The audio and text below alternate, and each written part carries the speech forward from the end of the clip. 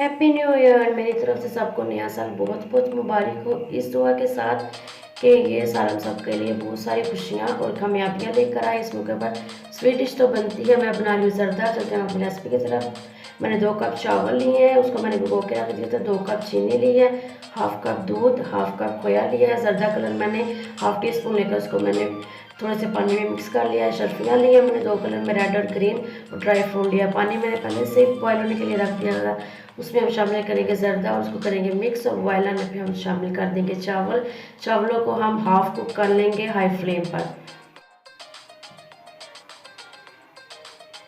तो जब तक हमारे चावल कुक हो रहे हैं, हम दूसरी साइड पे एक कढ़ाई लेंगे और उसमें शामिल करेंगे हाफ कप घी का शामिल करेंगे।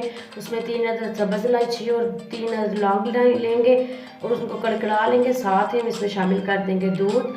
दूध को करेंगे मिक्स और साथ ही इसमें चीनी शामिल कर देंगे। चीनी को हम जो है मेल्ट कर लेंगे, जैसे शीरा सा बन जाए तो उतनी देर तक हम इसको मेल्ट करेंगे। जिधर चीनी हमारी मेल्ट होगी है, हम इसमें शामिल कर देंगे ड्राई फ्रूट। ड्राई फ्रूट को हम करेंगे मिक्स और उसके बाद हम जो है हमने जो चावल बॉयल किए थे वो शामिल कर देंगे और हल्के हाथों से चावल को अच्छी तरह से मिक्स कर देंगे ताकि चीनी और सारी चीज़ें जो है अच्छी तरह से इसमें मिक्स हो जाए।